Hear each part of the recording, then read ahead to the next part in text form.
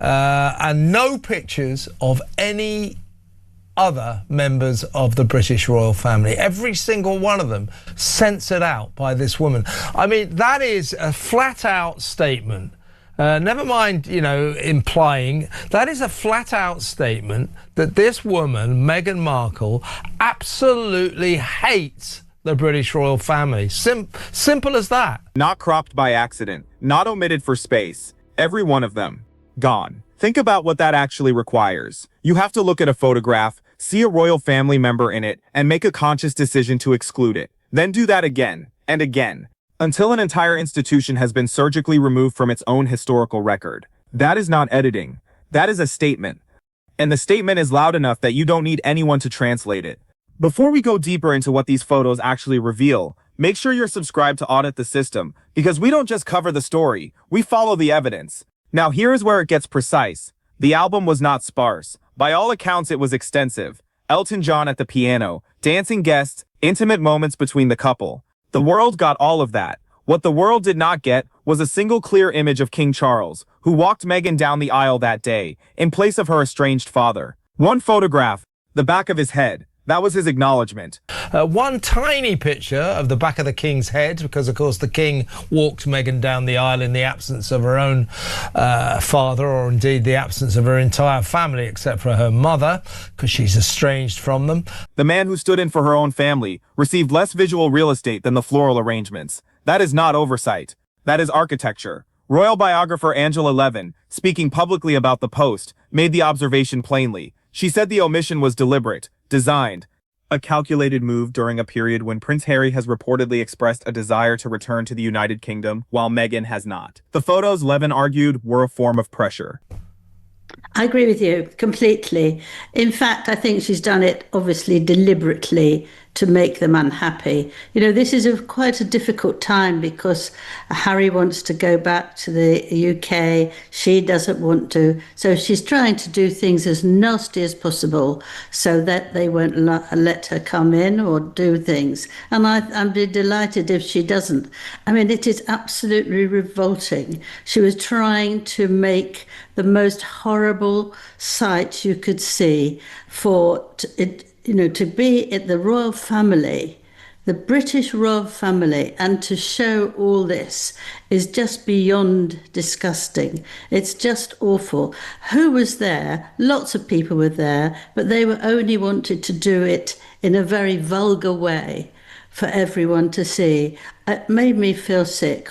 A message sent not through words, but through absence. That is not oversight, that is architecture. But she now, as soon as it was finished, she said that she didn't want that sort of wedding. It was a horrible wedding. It was just too much. It wasn't very nice. She wanted to have a tiny little wedding so it would really be sincere. So she could spoil it, but something cost £33 million, and she chucked it out of her mind.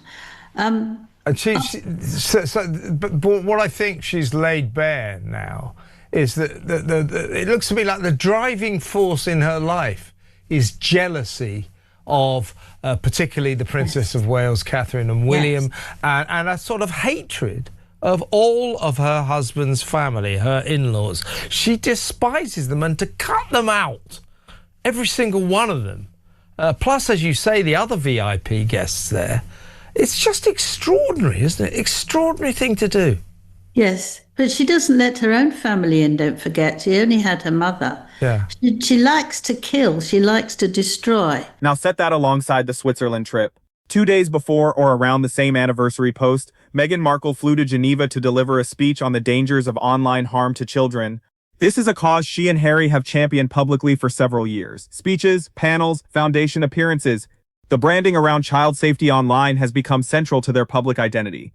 And yet, immediately before boarding that flight, Meghan posted an image of her 4-year-old daughter Lilibet to Instagram. The child, kneeling, the mother standing, posted publicly, to millions of followers, before a speech about protecting children from exactly that kind of public exposure. Anyway, she flies to Switzerland to make this speech. And before that, she said, online harm, children online, it's so bad. Before that, there she is in her expensive wardrobe full of all her designer clothes, with Lilibet kneeling down before her, And she posts that on Instagram. So she puts her own kid online before flying to Switzerland to talk about the evils of online harm to children. The Daily Mail's headline on it, quite accurately I would suggest, was breathtaking hypocrisy. Ask yourself this. If the most powerful argument for your cause is the one you make with your own child's image the morning you fly to deliver it, what exactly is the cause? Is this a mission or is this content? That is not oversight. That is architecture. The Switzerland speech itself is worth examining not for what was said, but for what surrounded it. Princess Catherine had just completed a public tour of Italy. Thousands of people lined the streets. Genuine crowds, genuine engagement. The coverage was extensive and overwhelmingly positive. Within the same news cycle, Meghan's Geneva appearance drew what eyewitnesses described as virtually no audience. Reports noted that the small cluster of onlookers visible in one camera angle turned out to be people waiting at a nearby bus stop. There was almost no one there. Oh yeah, yeah, that's right. She made this speech outside. There was no one there, and somebody said, no, there's a little crowd over to the left of us. It was a bunch of people waiting in a bus stop. It's true. It's true. She made that speech to an abyss of nobody. You're absolutely right. And of course, that was a tit-for-tat publicity event for her because she was responding to Princess Catherine's amazingly successful, triumphant trip to Italy. So that really made Meghan jealous. She had more than 3,000 to 4,000 people, Catherine did. Meghan had a bus queue. That contrast does not require commentary. It simply requires you to hold both images in your head at the same time. Here is the question that none of the coverage has answered cleanly. Meghan Markle has described the years since her wedding as among the most painful of her life. Interviews, a Netflix documentary, a memoir by her husband, all built around the thesis that the institution caused irreparable harm, that the royal family failed them, that leaving was survival. If that is true, then the wedding was the beginning of that suffering, the day the trap closed. So why spend your 8th anniversary posting a curated, extensive, carefully selected gallery of that exact day? Why return publicly to the scene of what you have described as your undoing?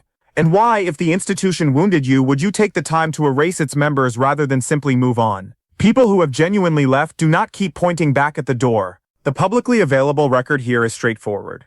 The Sussex wedding cost an estimated £33 million, largely funded by the British taxpayer. The event was documented extensively by official royal photographers and public broadcasters. Those records are part of the Public Historical Archive. What Meghan chose to release, and what she chose to withhold, is an editorial decision she made herself in 2026 for an audience of millions. Go look at the coverage from May 19, 2018.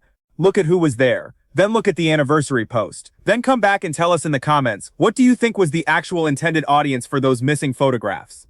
If this kind of evidence-based analysis is what you come here for, like this video. Share it with someone who needs to see it. Subscribe to Audit the System and turn on notifications. We follow the evidence. Every time.